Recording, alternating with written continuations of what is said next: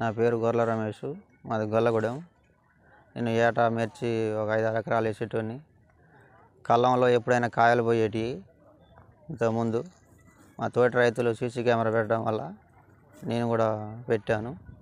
ఈ ఏడు దొంగలు మొత్తం వాళ్ళ గురించే పెట్టాను, దొంగలు వస్తారని. ఏటా ఒక 5-6 క్వింటాలు పోయేటివి, ఒక 60-70 వేలు పోయేటివి మినిమం. మా తోటి రైతులు పెట్టడం చూసిన సీసీ కెమెరా 12,000 అయింది. దానికి ధర 12,000 అయింది. మా ఒక 5-6 క్వింటాల వల్ల ఒక 50-60 వేలు పోయేది.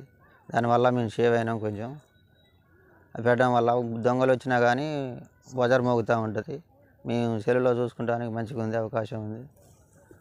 దానివల్ల మాకైతే కొంచెం ఉపయోగం ఉన్నది. కరెంట్ అవసరం లేదు. సోలార్ అయితే సరిపోద్ది. ఎండ పగులు ఎట్లా కనపడుతుందో నైట్ కూడా అట్లనే కనపడుతుంది. సెల్లులో చూసుకుంటానికి మాకు చాలా ఉపయోగపడుతుంది. అదైతే దొంగలు వచ్చినా కానీ బజార్ మోగుతూ ఉంటుంది కదా, మేము అందుకే ఎప్పుడైనా సెల్లు ఆన్ చేసి ఉంచుకుంటాం.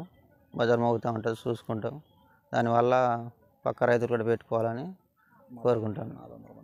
మా పరిధిలో 400 మంది పెట్టారు. ఇంకా పెట్టుకోవాలని, చాలా రైతులు పెట్టుకోవాలని కోరుకుంటున్నాను.